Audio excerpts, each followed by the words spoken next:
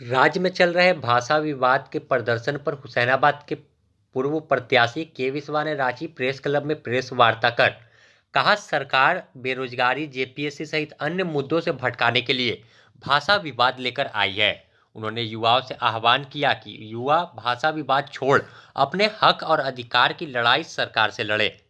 उन्होंने कहा कि लोकतंत्र में बहुसंख्यक जिसे वोट देता है वह पार्टी की सरकार बनती है, पर सरकार की राजनीति धर्म की है। सरकार जाति, धर्म और भाषा संस्कृति के आधार पर जो अल्पसंख्यक हैं उनके सम्मान, स्वाभिमान और सुरक्षा की गारंटी दे। उन्होंने कहा कि इस राज्य में सरकार की विभाजनकारी नीतियों का परिणाम है कि भोजपुरी, मगही और अंगिका बोलने वाले लोगों को राज्य में दोयम दर्जे का नागरिक बना दिया जा रहा है। उन्हें साथ ही उन्हें नफरत का सामना करना पड़ रहा है। उनके साथ भेदभाव बढ़ रहा है और इस नफरत की खाई और बढ़ेगी। राज्य में संघर्ष पैदा होगा जिससे राज्य की एकता और अखंडता को खतरा है। हम बहुत जिम्मेवारी के साथ यह कहते हैं कि यह षड्यंत्र झारखंड सरकार की है।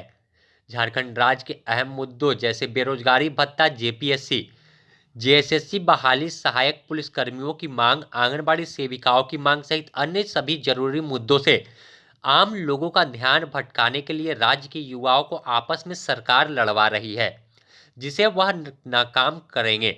उन्होंने लोगों से कहा कि जागरूक हो और अपने हक अधिकार की लड़ाई लड़े। उन्होंने कहा कि राज्य का निर्माण भाषा के आधार पर नहीं हुआ। राज्य के पलामू प्रमंडल की क्षेत्रीय भाषा हिंदी और भोजपुरी है। ऐसे में हमें हमारे राज्य में हमारे भाषा संस्कृति के कोई बाहरी कहेगा तो यह कतई बर्दाश्त नहीं किया जाएगा। उन्होंने कहा कि हम चाहते हैं कि मुख्यमंत्री हेमंत सोरेन यह स्पष्ट करें कि पलामू प्रमंडल झारखंड का हिस्सा है या नहीं। अगर नहीं है तो उनका मर्जी, वह पलामू को अलग कर दे। और अगर पलामू प्रमंडल झारखंड का हिस्सा है तो पलामू में कौन लोग रहते हैं, जिंदा या मुर्दा, यह उन्हें मालूम होना चाहिए।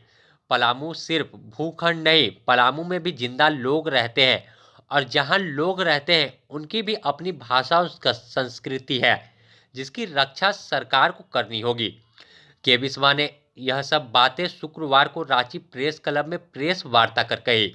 उन्होंने कहा कि युवाओं को एकजुट कर सरकार से भाषाई आंदोलन के खिलाफ तो लड़ेंगे, लेकिन उससे पहले जेपीएससी धांधली, जेएसएससी बहाली, बेरोजगारी भत्ता जिस पर सरकार अपना मैनिफेस्टो में रखकर युवाओं का वोट लिया, इन सब मुद्दों पर भी सरकार से लड़ेंगे और जीत हासिल करेंगे। उन्होंने युवाओं को कहा कि आप भाषाई आंदोलन पर सिर्फ ध्यान न दें, यह सरकार का भटकाने वाली नीति है।